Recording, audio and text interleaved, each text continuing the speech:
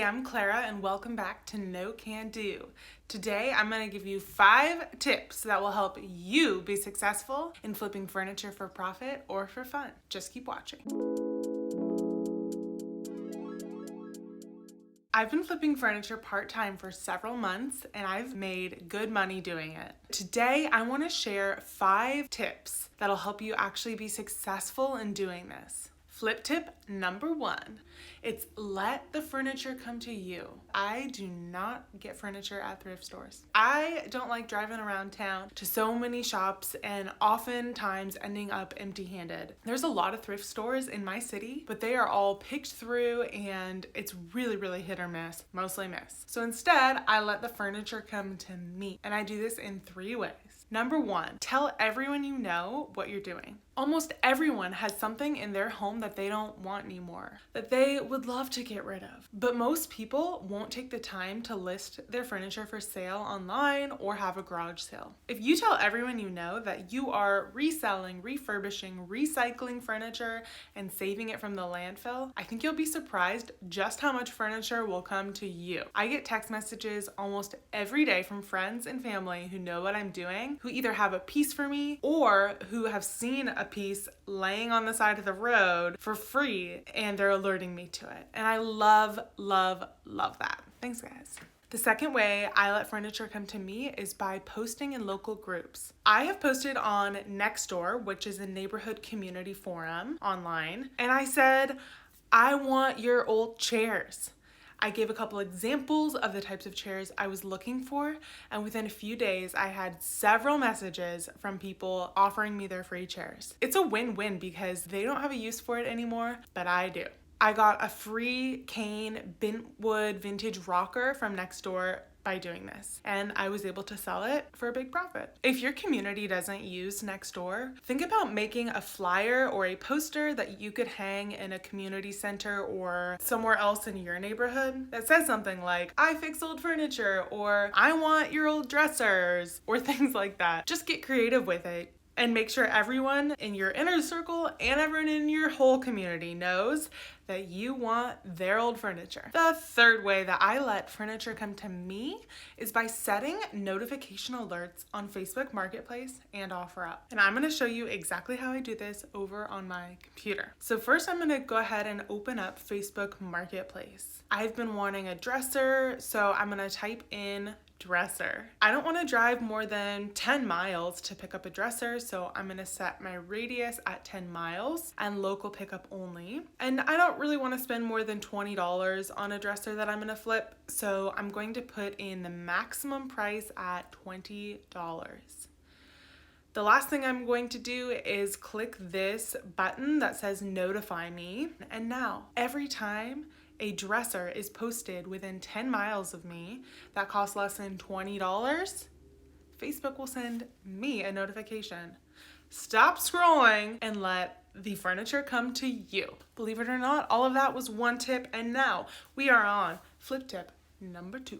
Flip tip number 2 is use what you already have and acquire tools as you go. If you're just starting out and you're flipping either for profit or just to have nice new things in your home, you're probably budget conscious. At least I am. So instead of buying a bunch of fancy tools or things like that, start out with what you already have. I started flipping furniture with a screwdriver, a bottle of vinegar, and some paper towels. It really can be that simple. And as I've gone, I've started to learn what type of furniture I'd like to flip and what kind of tools I'm interested in using. If you want to see everything I'm using these days, just look down below in the description. I've linked all my favorite products. But look around your house and in your recycling bin first. If you don't have a paint tray, you can use a piece of tin foil and just kind of fold the ends up. If you don't have lint-free rags, just cut up an old t-shirt and use those. If you don't have a paint mixing can, use an old takeout container with a lid. The other day, I used a peanut butter jar lid to hold some furniture oil because I didn't have anything else. And when my foam brush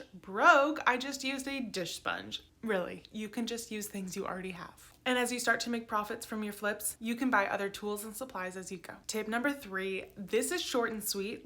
If you are flipping vintage velvet chairs that look out of date because they have an old grandma skirt on them, you don't need to rip the skirts off. You don't need to rip the skirts off. Take it from me, somebody who's ripped 20 skirts off of chairs. You don't need to rip the skirts off. I have a whole video on this that goes more in depth on what you can do instead, but the quick and easy version is fold the skirt under, hot glue it, give it a couple staples, you're good to go. It looks better than ripping the skirt off. It's easier, it's faster. Don't rip the skirt off. Tip number 4 is to be creative with where you find hardware and legs. If you're flipping a free piece of furniture, sometimes the most expensive part of that will be replacing the hardware or putting on new legs. You can definitely order hardware or legs on Amazon, but it will often be kind of spendy.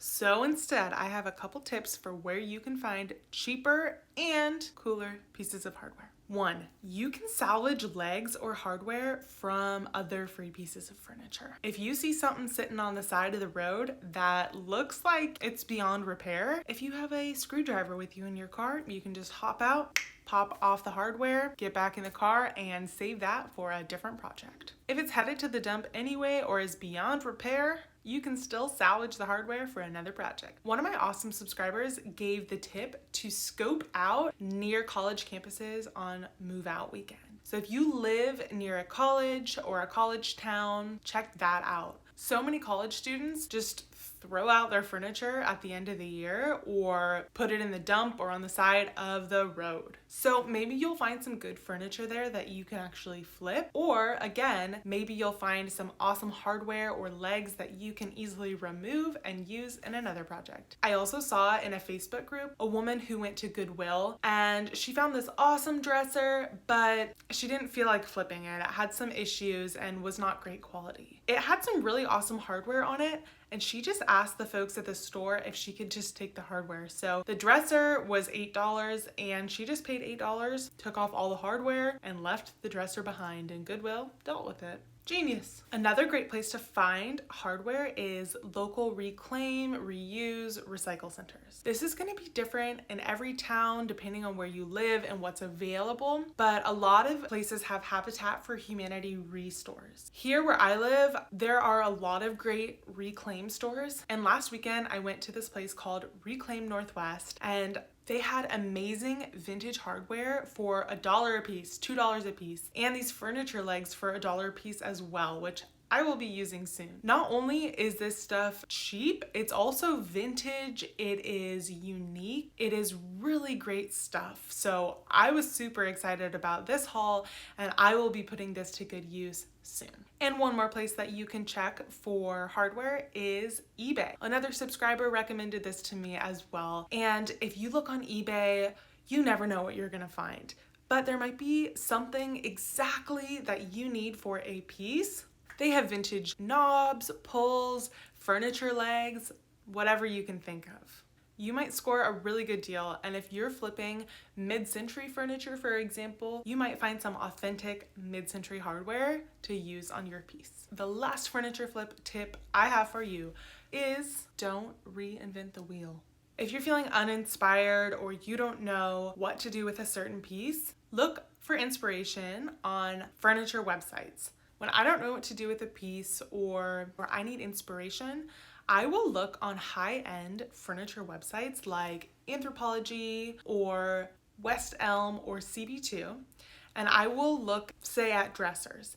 I'll look for the most expensive dresser that they have available, and then I'll see if I can make like a dupe or a copy of that for 1/10 of the price. This is a really fun challenge, and it's just another way to get inspiration for your flips. You can also join furniture flipping pages on Facebook. There's one I'm a part of called Furniture Flippers 2.0, which I'll link down in the description. And it's awesome. There's people on there who have been flipping professionally for years. Some of them do this as their full-time job and even ship furniture all across the country. And there's also people on there who've never picked up a paintbrush and just want to know what the first step is. So don't reinvent the wheel. There is a lot of support and advice and ideas and inspiration out there. You just gotta find it. All right, I hope that you found these 5 furniture flip tips useful. I hope that this video was helpful, inspiring, and entertaining. And before you go, please make sure to hit subscribe. And if any of this was helpful to you, please give this video a like and comment down below any of your furniture flip tips. If you have any questions, let me know and I'll try to answer them if I can. I'm still a beginner and I'm learning as I go, but you don't know what you can do until you try. So just go try something, let me know how it goes, send me your before and afters.